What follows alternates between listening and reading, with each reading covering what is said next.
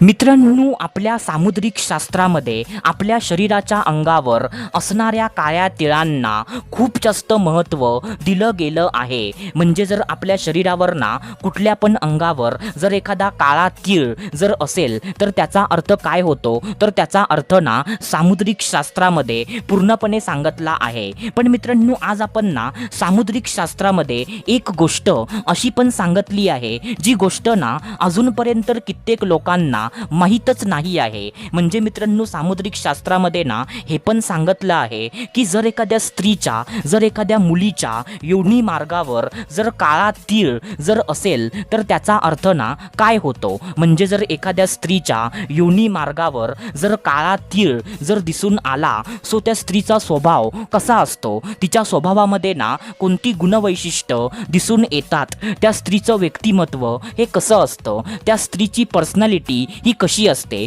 So मित्रांनो, त्याच्याबद्दल ना A to Z सर्व माहिती सामुद्रिक शास्त्रामध्ये पूर्णपणे सांगितली आहे. तर मित्रांनो, ती माहिती ना आज मी तुम्हाला ह्या व्हिडिओच्या मार्फत मी तुम्हाला ती सर्व माहिती सविस्तरपणे सांगणार आहे. तर मित्रांनो, त्यामुळे ना हा व्हिडिओ अत्यंत महत्त्वाचा आहे आणि प्रत्येक पुरुषाने, प्रत्येक मुलग्याने हा व्हिडिओ बघणं खूप जास्त गरजेचं आहे. तर मित्रांनो, त्यामुळे ना हा व्हिडिओ तुम्ही पूर्ण बघा. तर चला सुरुवात करूया आजच्या या व्हिडिओला. तर मित्रांनो बघा, ज्या स्त्रीच्या योनी मार्गावर काळा तीळ जर असेल तर अशा स्त्रीच्या स्वभावाबद्दल ना मी तुम्हाला आत्ता 4 गुणवैशिष्ट्य मी तुम्हाला सांगणार आहे. तर ती 4 गुणवैशिष्ट्य तुम्ही एकदम नीट लक्ष देऊन ऐका. तर मित्रांनो बघा, पहिला जो पॉइंट आहे, तर पहिला पॉइंट ना असा आहे मित्रांनो की मित्रांनो, अशा स्त्रीचा स्वभाव ना अत्यंत प्रेमळ असतो. अशा स्त्रीच्या स्वभावामध्ये ना रोमॅन्टिकपणा सर्वात जास्त असतो.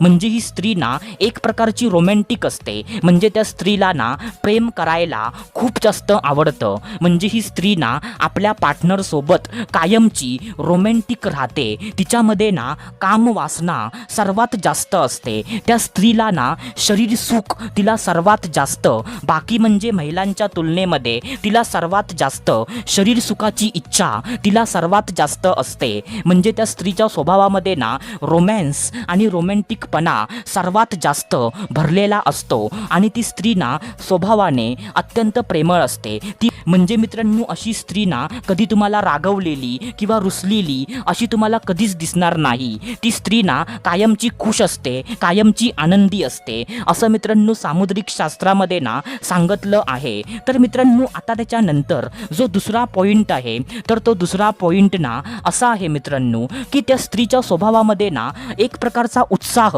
तिच्यामध्ये खूप जास्त असतो. म्हणजे त्या स्त्रीमध्ये ना ऊर्जा जास्तीत जास्त असते. म्हणजे ती स्त्री ना कायमची तुम्हाला उत्साही दिसते. म्हणजे ती कधी असं नाही बोलणार की मला कंटाळा आलाय, मला आता बोर होतंय, असं ती कधीच नाही बोलणार. म्हणजे त्या स्त्रीमध्ये ना जी ऊर्जा असते ना, ऊर्जा, पॉवर, म्हणजे तुम्ही त्याला ना स्टॅमिना पण बोलू शकता. सो मित्रांनो, अशा स्त्रीचा ना जो स्टॅमिना असतो ना तो सर्वात जास्त असतो. ती कायमची ना उत्साही असते, ती कायमची ना एकदम म्हणजे फ्रेश असते, असं मित्रांनो सामुद्रिक शास्त्रामध्ये असं सांगितलं आहे मित्रांनो. तर मित्रांनो, हा ना दुसरा पॉइंट आहे.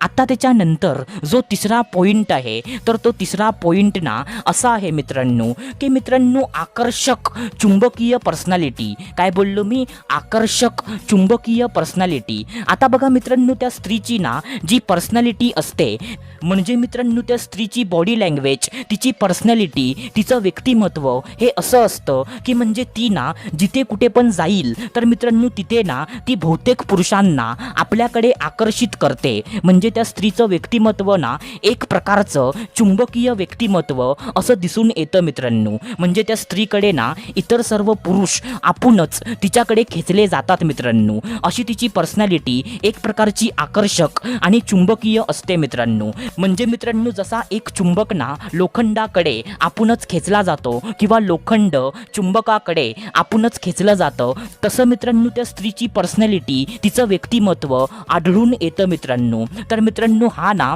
तिसरा पॉइंट आहे.